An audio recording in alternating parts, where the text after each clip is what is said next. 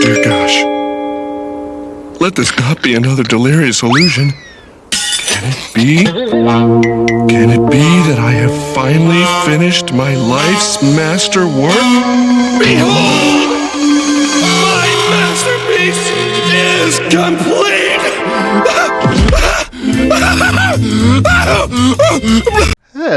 Hello, welcome to Trash Opinions, where we talk all things trash. I am your host, Trash, and today we are talking about Survivor 47, the most recent season of Survivor. Some say it's the best of the new era, but let's see how I feel. But first, like, comment, and subscribe, and let's just get right on into Survivor 47.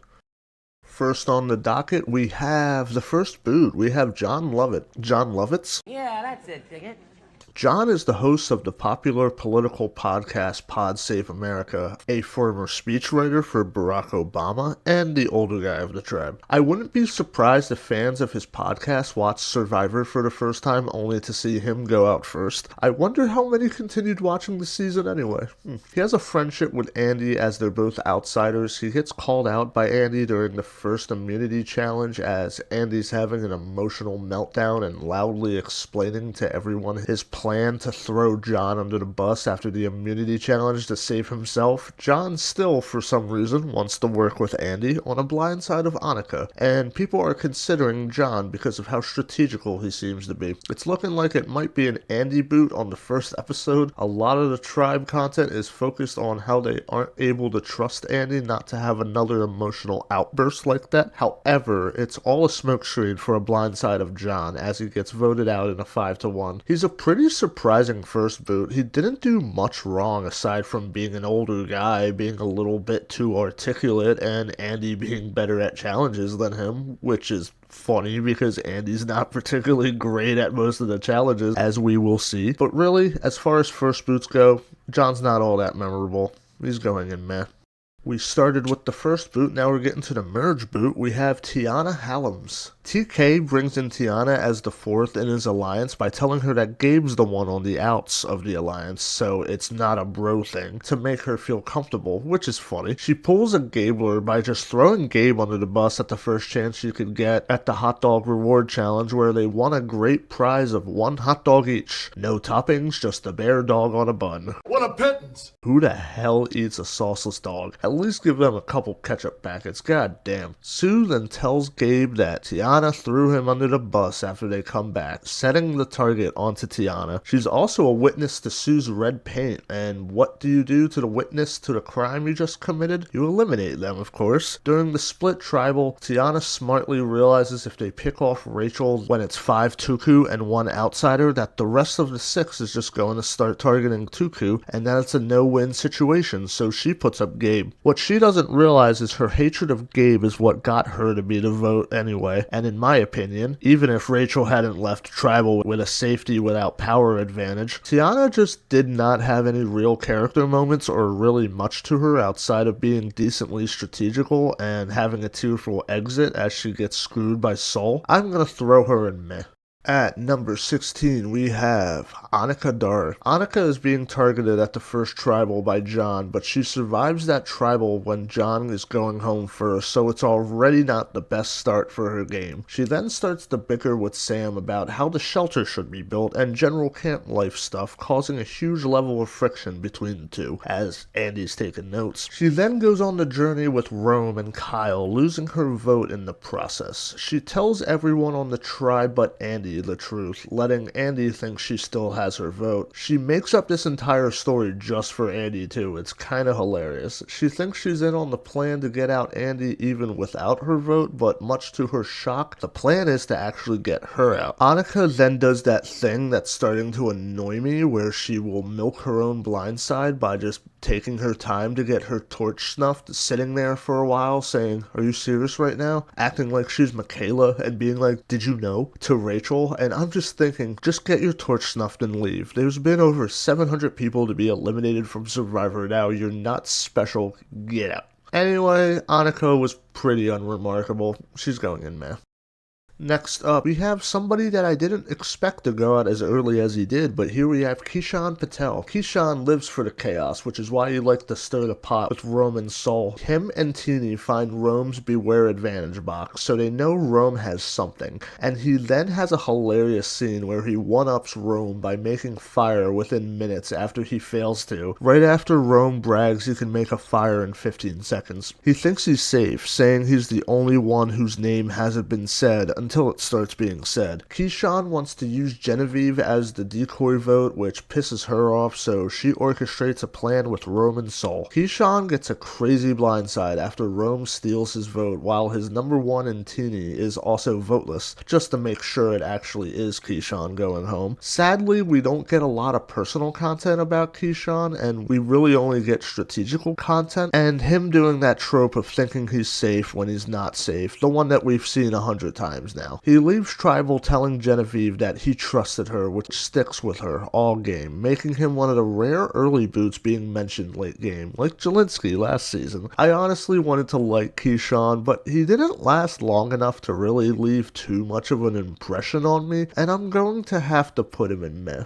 Now we have one of the most surprising early boots of this season. We have Asia Welch. Friend of the RHAP show, Asia Welch. That alone makes me want to root for her. She goes on the journey with TK where they need to race against each other to find keys in the middle of the jungle. She hilariously tries to wrestle TK for the key as TK's like, "What are you doing? Please stop." Like TK, being on that journey took her away from crucial initial bonding time with her tribe. She is being brought in on the Soul Blind side because Teeny and Kean want to work with her in the future, so they want to include her in on the plan so she's not blindsided too. However, she isn't having any of it and rejects their ideas, surprising both of them. They let her believe the vote is for Genevie then, and it's all a smokescreen so they can blindside Asia. All of them hilariously misspelling her name as Asia, like the continent. It was a surprise to see Asia go out this early, and it just goes to show, just because you are enough of an expert of Survivor to be on a famous podcast about it, doesn't mean you could actually successfully play Survivor. Shame, because had she just agreed to blindside Sol, she could have made it decently far in the game like everyone thought she would.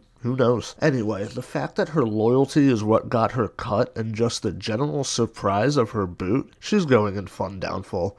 Next, at number 13, we have someone who made it pretty damn far into the game. We have Carolyn Vella. Carolyn aligns herself with Sue and is on the right side of the votes as they're able to pull over Tiana and Gabe to blindside TK. Them celebrating in secret so they don't rub it in Kyle's face is pretty endearing too. She figures out pretty quickly that Sue has the idol based on red paint being found at the water well where Sue found the idol, and remembering Sue had red on her hands. She uses it as a way to get really close to Sue, saying she knows but she'll keep her secret. She's not a terrible character, but she is a bit on the boring gamebot side. She's also a bad friend by not telling Sue she needs to wash her fucking face. Like, goddamn, help a sister out. She then gets some personal content talking about her ADHD and feeling like she was dumb her whole life, and also that Survivor's been her dream since she was 5, and that if she's gonna play Survivor, she's not gonna be dragged by Gabe. She'd rather go home early as long as she gets to play her own game. Unfortunately, the latter is what happens, as she is a victim of Andy's Operation Italy as the second option when Rachel wins immunity. Carolyn wasn't a dynamic character at all, despite definitely having her moments, and I guess she can go into underdog. After that, at number 12, we have Sierra Wright. Sierra is Sam's number 1. The other tribe susses out that they're a duo, and for some reason think they're a romantic couple, despite both of them being in a relationship with someone else. She works as a double agent, keeping her final 2 deal with Sam a secret as she pretends she's with Rachel and Anuka. She really wants Andy out because she views him as such a liability and wild card, but she folds to Sam and lets him take out Anuka instead, and thank God God for that. She dominates the tube finding challenge for the Survivor auction, and she is carrying a walloping $1,060, and at that point I would be like, hey, so what happens if I keep all this money? Oh, I lose my vote? Yeah, I think that's worth $1,000 fucking. She views Andy as this little brother they can just boss around, and he'll vote with them, and Andy's just playing his part nicely. Now, what she doesn't realize is little brother is up to no good and wants out either Sam or Sierra. She doesn't bother to nurture her relationship with Andy at all, unlike Sam, even doing a cold-hearted move at the auction where she doesn't choose Andy to share her food with despite him having $0 the entire auction. The boot ends up being Sierra, but as Jeff said, getting eliminated here is a compliment. Sierra has a karmic downfall where her dismissal of Andy is what got her booted. Sierra, you can say, had a fun downfall. Going back to the pre-merge, we have Taran TK Foster. TK being this early a boot is so shocking for a guy as athletic and big as he is, but he really just does nothing right socially. TK wins supplies by racing through a jungle finding clues from pictures they find to get to a buoy in the middle of the ocean. He then forms an alliance of 4 with Kyle as his number 1 and Tiana and Gabe. He then catches Gabe getting a key from a rope and he knows he can't trust Gabe. He starts to piss off the rest of his tribe with his brash attitude and by talking too much. Sue is taking a nap and he's just going on and on, not realizing how terrible this is for his game. At the second immunity challenge, he pisses Tiana off by vaguely attributing the attitude of the tribe for them losing, but not really, it's just how the tribe took it. Even though, if you ask me, I just think TK doesn't realize how he's coming across most of the time. I don't even think he saw Tiana smiling, but he just happened to say there's too many smiles, and Tiana takes that as a call out of her. His ego makes him an early villain, basically the first boss battle of the game, and he turns everyone that's not Kyle against him. He targets Sue and tries to get the numbers on her, but Gabe is way too loyal to Sue and Tiana flips on him, so TK goes out in a surprising blindside. TK didn't even play the game that badly. Sue just struck while the iron was hot to get out a power player and it worked. TK was fun while he lasted, and he could have been a great character if he survived longer, but alas, it wasn't meant to be. Instead, he had a fun downfall. Getting into the top 10, here we have Kyle Oswald. Kyle is the super chill bro that gets along with basically everyone, except Sue. He's basically the most golden of golden boys you can get. He actually reminds me of Ian Rosenberger. Because he's TK's number 1, Kyle needs to play peacekeeper with Tiana and TK when TK runs his mouth after the challenge loss about smiling. He's blindsided on the TK vote, and he goes on the journey where he loses his vote, putting him in an even worse position. At the merge, Rome sells him out to Saul, which sets Kyle off to start targeting Rome, which helps secure Rome going home that round. He casually reveals at the auction that he literally switched diets from vegan to vegetarian, just in case he ever went on Survivor, which is absolutely insane if true. I honestly went, fuck yeah, dude. When he goes fuck it and eats the chicken wings he wins at the auction. Like Jeff said, this is the place to cave. He then makes Survivor history when he successfully bargains Jeff everyone shot in the dark for a bag of rice instead of 4 people sitting out of immunity. I never thought he'd go for that, and judging from Kyle's reaction, he didn't think it would work either. He then needs to blindside Gabe before Gabe blindsides him, which he doesn't feel good about. He then loses immunity and becomes the obvious vote as a result. He makes a very valid point where just because he's a challenge beast and has a good story doesn't mean he's a massive threat. Colby didn't win. Twyla didn't win. Just because someone is poor doesn't mean they will win Survivor, and just because someone won immunities doesn't mean they will win Survivor if they get to the end. It's been proven time and time again. You need relationships and a resume to win. Or just be Sandra. Or be part of the worst final 3 ever like Bob. He has a gracious exit where he thanks everyone for a great game and for their friendship, and there goes one of the nicest guys from the new era. Kyle was incredibly affable. I would be surprised if he never comes back, because while he's nowhere near a great Survivor player to me, he is someone for the casuals, a nice guy who's good at challenges. He's the hunter of the season. He's a golden boy. And next up, we have Sal Ye. I like Sal. I like that he says fart in response to Rome telling him about Teeny's amulet. Sal is like a less interesting Yule. He's a tall, good-looking, stoic guy on the tribe, and he's the assumed leader at first, as he's working pretty closely with Aisha, and he's also the biggest guy there. There's a plan to blindside Sal, but it becomes the plan to blindside Aisha because Aisha's not down to turn on Sal, saving him. He's then hilariously being shadowed by Rome, as Sal's just dictating what he's about to do before he moves like he has a gun pointed at him or something, and he's just trying to get Rome to leave him alone, which Rome just outright refuses to do, saying, "This is Survivor, I can do what I want," which is hilarious. Rome then lets him know that Teeny has an amulet, and that Genevie doesn't want to work with Sal, which sucks for him. Sal is then the sole person to vote for Andy at the merge vote, and now he needs to do a lot of damage control because right now he has some heat. He throws Sam under the bus to Andy to explain why he voted for him, saying it was his idea, causing Andy to start to doubt his alliances, which becomes important later. He then finds an advantage where he can grant one vulnerable player with either a block a vote or a safety without power advantage, and he jumps up and down and woohoos like a little kid as if this is some great advantage for him. It's not. He does save Rachel by giving her the advantage, and they vote out a Tuku, which is what he wanted, but in my opinion, what they most likely would have done anyway. He's feeling great, and he utters those toxic words that he feels like he's in control of the game now. He scrambles when he finds out through Rachel that they're all targeting him, and even though he's climbed from the bottom before, he can't get a blindside of Sue to track as he's taken out unanimously. His luck ran out, but he had way better running him than I initially pegged him to have. Soul's just a cool, chill dude who is affable and scrappy enough to land him decently high in Underdog.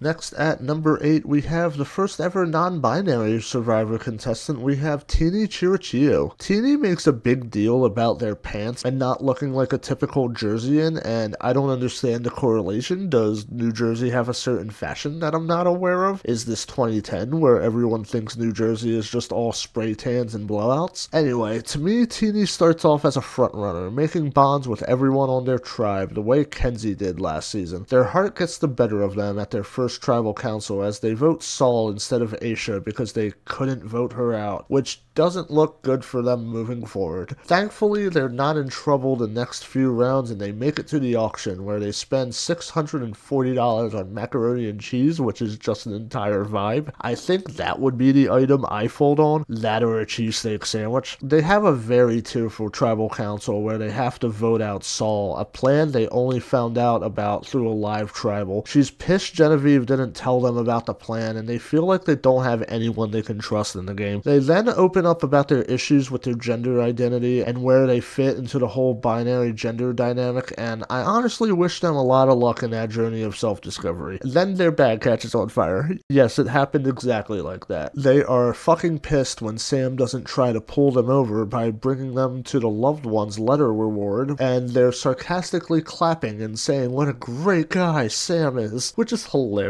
My impression of Teeny would be just, I don't trust anybody. I can't believe they would do that. They seem to be just on the bottom a lot of the time despite never being a target. They're possibly looking like a goat by the finale. We'll unfortunately never know if they are because they lose fire making to Sam and they go out as the fallen angel of the season. Teeny was a decent character and holds the distinction of being the only Survivor player eliminated by divine intervention. They had some sympathetic content, them constantly being emotional about not being in on the plans is hilarious, and they were just pretty much a positive presence without being that great of a character or anything. They were just a really affable doormat. They can go high into Underdog. Next, at number 7, we have the first finalist we're going to be talking about, and that is Sam Failen. Sam's role on the tribe is Andy's handler. As he's babysitting Andy, he goes to take a piss, and when he comes back, Andy's gone, and he compares it to coming back to the baby setting the house on fire, which is hilarious. Sam finds the beware advantage that Andy was saving for later, as I'm shaking my head at how Andy could just leave an advantage like that in clear sight. Sadly, Anuka was with him when Sam found it, so now Rachel knows, and he needs to go tell Sierra because that's his number one, and this is why advantages low-key suck in Survivor sometimes, because now literally everybody knows. He plays it safe and chooses to settle for the idol good for one tribal, which he tells Sierra he wants to use on Andy, an idea Sierra's not thrilled about. Sam also reveals he's never eaten some common foods like pineapple, watermelon, broccolini, or zucchini. Apples, bananas, blueberries, raspberries, strawberries, kiwis, papaya, mangoes, melons! He starts freestyling, and as far as white rappers on Survivor go, he's better than Gabe from Marquesas, but he's not as good as Chris Noble. He has this issue with the votes where his number one Sierra wants to keep Anuka and boot Andy, but Sam wants to keep Andy, and Sam wins that battle when Anuka is sent home instead. He comes into the merge with Sierra, Rachel, and Andy as a 4, up until Andy starts to not trust Sam and he turns on him. Sam narrowly avoids elimination when the votes are tied between Sierra and Sam, with the vote going on to Sierra, sparing him. He decides since he's on the bottom, he might as well make big moves, and he wants to work with Saul to do a blindside of Sue, needing Saul's alliance and Andy to be on board. The Sue blindside then turns into why not just get out Kyle, but instead Saul gets blindsided as Sam's just out of the strategy loop at this point. He wins the Loved Ones reward challenge, and he apparently decides he wants to become public enemy number 1 by choosing Andy to go with him and not trying to bring over either Carolyn, Sue, or Teeny to his side. Teeny is fucking pissed too. He's on the bottom with Genevie and he manages to pull over Andy to make the Operation Italy move. He avoids being the boot the entire time, surprisingly, and makes it to the end by beating Teeny in firemaking. He's sadly only able to bring in one jury vote from Kyle as he loses the game despite being seen as a threat the entire time. Guess not. Anyway, Sam was fun. He kind of petered off a little bit when he started being on the bottom, but he's great in my opinion. He's going into hilarious. Now, getting into the top 1/3 of this list, we have Genevie Mushok. The greatest Survivor players can see through the noise to see the news is such a great Survivor quote. Genevieve is Rome's number 1, but she's also trying to bring in Saul just in case she can't defend or put out fires for Rome anymore. She comes off as very intellectual and clever. She tips Rome off to him being the target, which lets them get a plan together to blindside Keyshawn by stealing his vote with Rome's advantage. She finds the advantage to the merge challenge on a random buoy in the middle of the ocean that everyone thought was just nothing. Her reward for finding this advantage? She gets to skip an entire grueling challenge and immediately gets a chance to win the individual merge immunity. She also gets to be the only person not covered in mud and wood chips. Genevieve then picks up Andy as an ally when he realizes he's on the outs. She plans out a vote of Saul, and much to her surprise it actually works. However, Teeny is pissed they were left out. Genevieve is pretty openly cold, and like Courtney Yates, doesn't feel any genuine bond or trust with anyone really, which makes her an interesting villain. Interesting in she does it because she doesn't want to be the best friend who stabs you in the back. She'd rather just be the villain. She then starts to target Rachel, recognizing her as a massive threat, but also undermining Teeny in the process, which isn't good. She's on the bottom with Sam as they bring in Andy, and then is part of Operation Italy, where she's being used as the decoy as Andy is putting it into people's head that she may have an idol in order to split the votes and have majority. She possibly has the best fake idol ever, since it alters so much, and fake idols are usually useless, but for Genevieve it actually changes the boot order. Teeny gets wine drunk and accidentally tells Sue about her idol, which is fine with Genevieve as this fake idol is getting some mileage. The cat's finally out of the bag when Sam tells Teeny the idol is fake, and Genevieve just straight up admits it's been a fake this whole time, which is hilarious. Unfortunately, Genevieve is viewed as way too much of a threat and she's voted out at Final 5. Genevieve turned out to be a much more interesting Survivor character than I had originally pegged her to be, and I was pleasantly surprised by her showing. I think she's going to go into entertaining.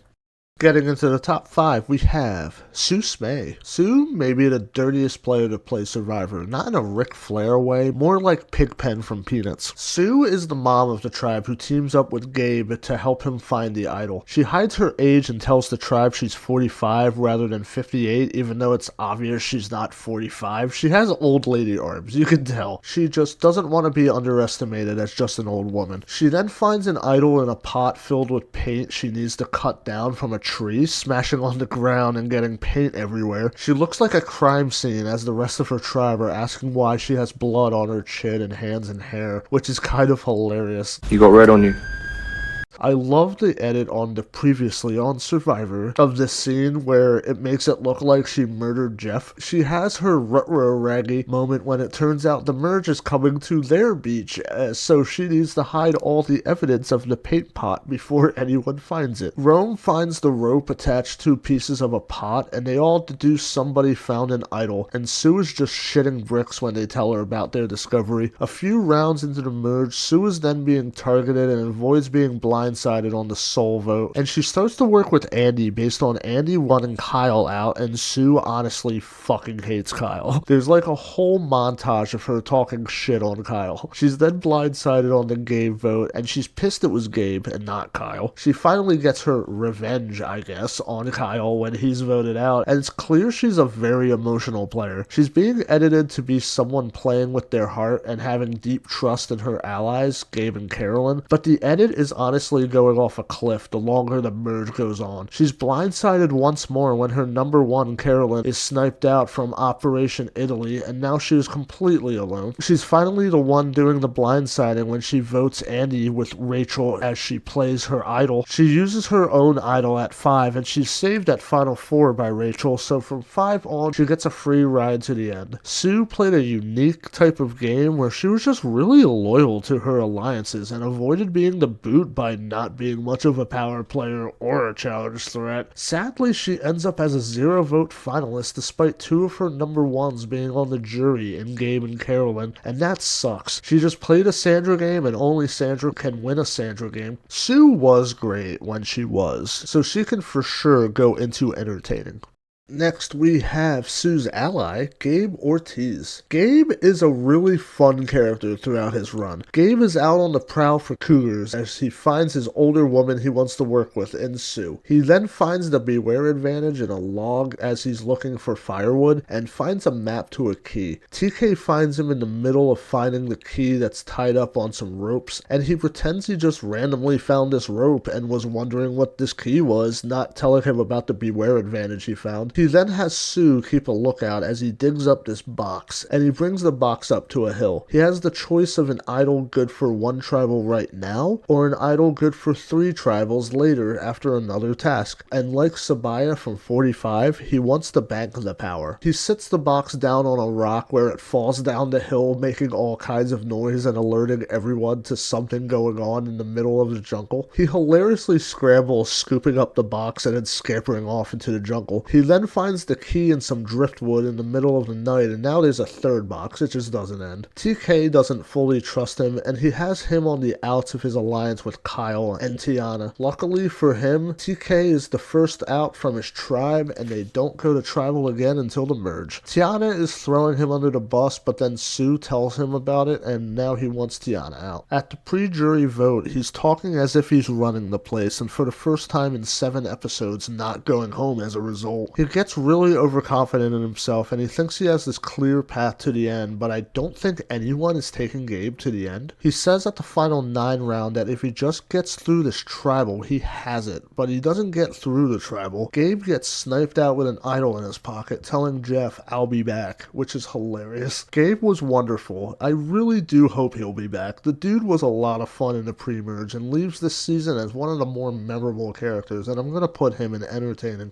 Getting into the top 3, we have the winner of the season, Rachel Lamont. Rachel is a fun winner. Rachel is sketched out by Andy's insecurity and does not want to work with him, despite Andy viewing her as an ally. At a challenge, she does something I've always thought about someone doing, where she puts rice from a bag of rice in a challenge into her pocket for later, until Jeff calls her out in front of everyone and tells her to empty her pockets. It's absolutely hilarious, and I can tell she shoplifted from CVS as a teenager. Rachel is then supposedly on the bottom when she is left out of the Anuka vote. Pre-jury round, she's in some trouble. She's with the Tuku 5 in a split tribal of 6. While I think they would have voted against the Tuku 5 anyway, Rachel gets a safety without power advantage from Sal, letting her nope out of that 5-1 situation. It erupts tribal council into a live tribal, as one side is telling Tiana it's Gabe and one side is telling Gabe it's Tiana. At the auction, she finds an advantage in her French fries, lucky draw there, which leads her to her getting an idol out of the tarp in broad daylight in front of everyone without anyone seeing. She plays her shot in the dark in an interesting way to see if anyone would react to it, which they don't, letting her know she doesn't need to play her idol. It's honestly really smart. Because of that, she gets lucky when they all give up their shot in the darks for a bag of rice, and Rachel doesn't need to since she already doesn't have one. Rachel is then the target from Andy's Operation Italy plan, where he plans to split the votes to get Rachel out. Unfortunately for her, she wins immunity and the plan then becomes Carolyn. Rachel then eavesdrops on Teeny, Genevie, Sam, and Andy talking about how they need to get Rachel out, and Teeny tells them about Rachel's block of votes, so now she knows for sure she doesn't have Teeny anymore. Andy has this heart-to-heart with her and tells her she's going to be on the jury, and that as a friend he thought he should let her know, which is hilarious. They're calling it Rachel's funeral, and she has a badass moment where she plays her idol and says, "The only thing better than attending your own funeral is knowing you'll be alive the next morning," and idles Andy out of the game. She then wins Final 5 immunity, guaranteeing her in the Final 4. She then wins her 4th immunity, tying the record for most immunity wins by a woman, joining the elite names such as Kelly Wigglesworth,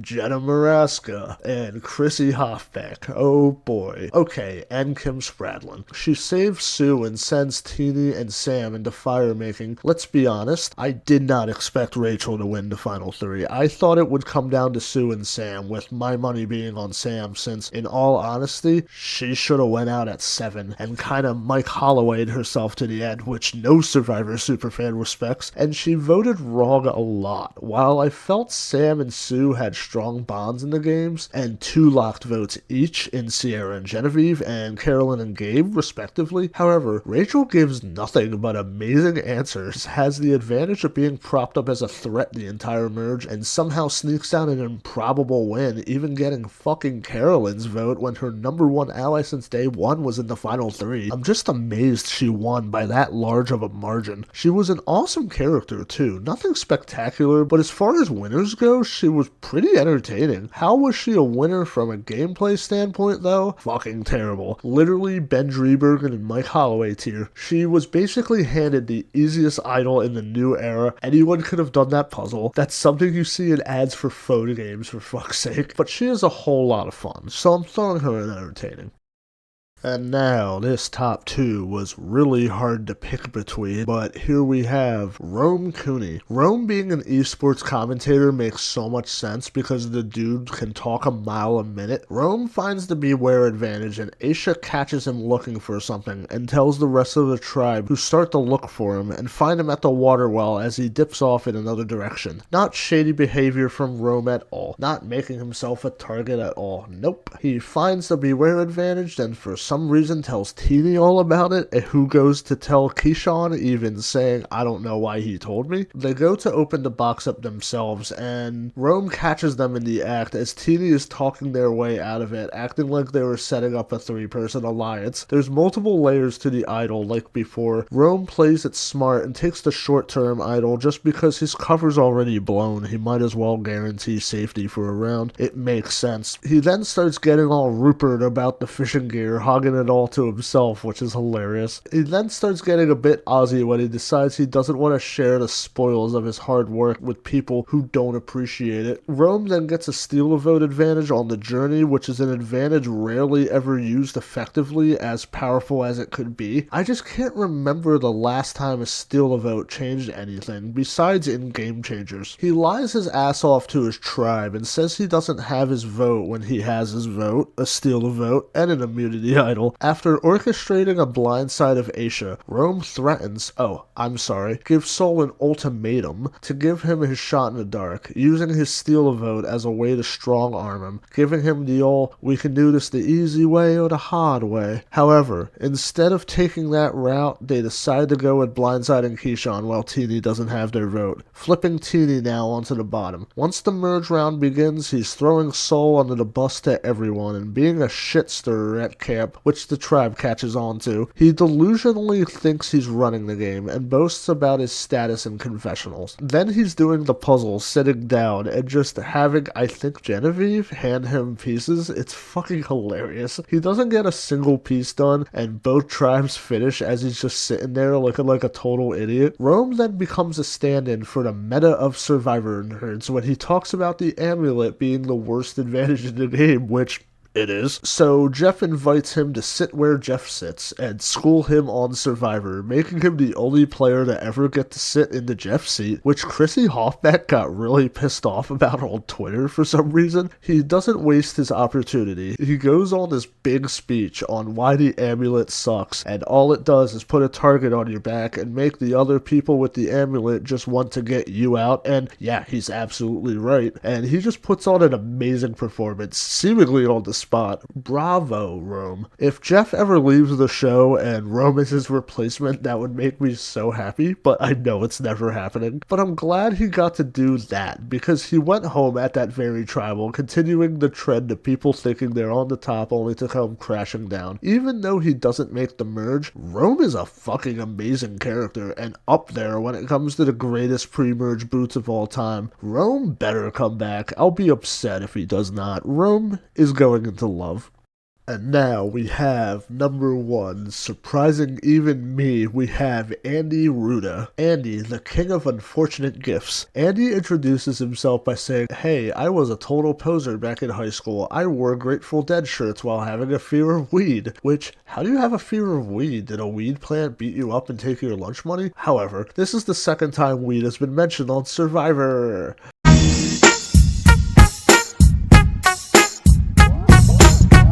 Anyway, Andy's a pretty insecure dude, and he doesn't feel like he's on the right side of the numbers, so he opens up to Rachel about it, but Rachel kind of views his insecurity as a red flag. He's a really anxious dude, and I feel bad for him. This is like David Wright levels of bad first dates. He then has an anxiety attack as his tribe's losing the immunity challenge, and he has a meltdown over his anxieties about his tribe not liking him, and then goes just way too honest when explaining his entire plan about how he's on the bottom and how he was going to throw John under the bus to save himself, and he's clearly not in his right mind because nobody would be saying all this. Badu wouldn't be in his open. He's just being so messy, and here is when I was certain he was going to be the first boot. Surprisingly, he gets saved when it's John going home first, and he can breathe a sigh of relief. However, he needs a lot to recover from this. Anuka says he has toxic clingy boyfriend syndrome, and they're all babysitting him and pandering to his insecurity, and I could not feel worse for Andy here. This is my anxiety nightmare, being pandered to. While being babysat by Sam, he sneaks out the back door as Sam's pissing and miraculously finds a beware advantage, only to put it back for later. Homie, this is fate.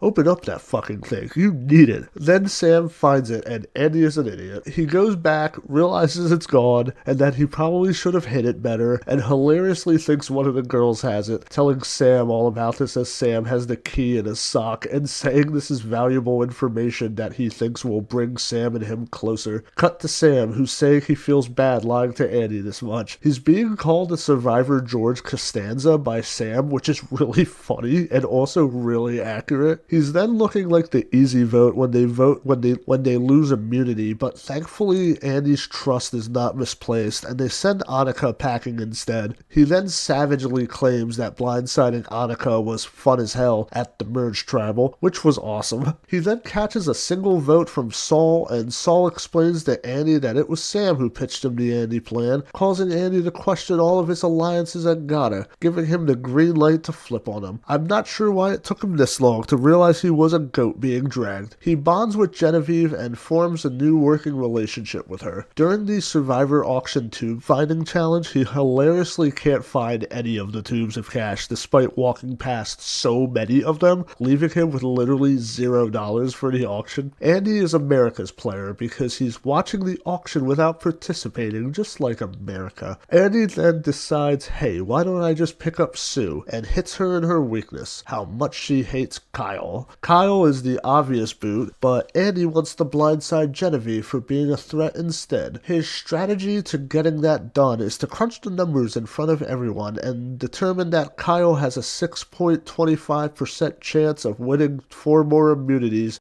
So Samoa Joe, you take your 33 and a third chance, minus my 25% chance, and you got an 8 and a third chance of winning at sacrifice. Which Carolyn humorously calls baloney. She's right though, that's not really how odds work, Andy. He then gets chosen by Sam for the loved ones letters reward, and all the women are pissed. Andy catches on to that and devises a plan where they try to convince everyone that Genevie has an idol, making them split the votes where Andy, Genevie, and Sam will vote out Rachel, and he hilariously calls it Operation Italy because of the Italian food they're eating. He starts Operation Italy off by making it seem like he's not with Sam and Genevie, saying they tried to wine and dine me, but whatever. Afterwards, subtly putting into people's heads that Genevie might have the idol. Unfortunately, Rachel wins immunity, and Teeny has her own agenda, but then Genevie shows Teeny the fake idol as Andy walks up to them, giving her the perfect cover not to show her obviously fake idol for too long. Operation Italy is a success regardless, because they get out Carolyn. He's just proving to be a really scrappy player for someone who started out so badly. All the goodwill as an underdog he is earning on the edit is just quickly undermined by telling Rachel she's going to be on the jury trying to be a good friend. But it just makes Rachel realize how much of a threat he is, and plays her idol at her own funeral, idling Andy out of the game as Carolyn is saying fuck yes on the jury. Sweet revenge. Andy was amazing. He's basically a better Owen Knight. He's the Charlie Brown who becomes a scrappy badass who stabs literally everyone in the back. He has one of the greatest growth arcs in the entire show. They even gave him his heroic music as he's whooshing his hair back and forth, which is hilarious. He's honestly one of the best new era characters. The dude rules. I hope he comes back, and I actually think I'm going to put him in favorite. That was Survivor 47, and I actually enjoyed it a lot. I thought the cast was one of the better new era casts, and that there was never any truly dull episodes in the season. Each one was interesting in some way and kept my attention. The edit made the boot order a little more obvious than it should have been. There's a lot of ironic foreshadowing in people's confessionals this season, and the only time I was shocked at an elimination was Aisha, but even that had its signs. I did also get tired of this 90-minute format by the Merge, and I wish every episode after the Merge was 60 minutes until the finale. There's just not as much stuff to fill airtime with those rounds as there is when there's 3 entire tribes to cover. Regardless, it's a fun season and so far the best of the new era, and I know I said that last time, but this one one-ups 46 for sure in my opinion. Anyway, if you made it this far, you are a legend. Next up we have... Oh, we're done. We're all caught up to the modern day.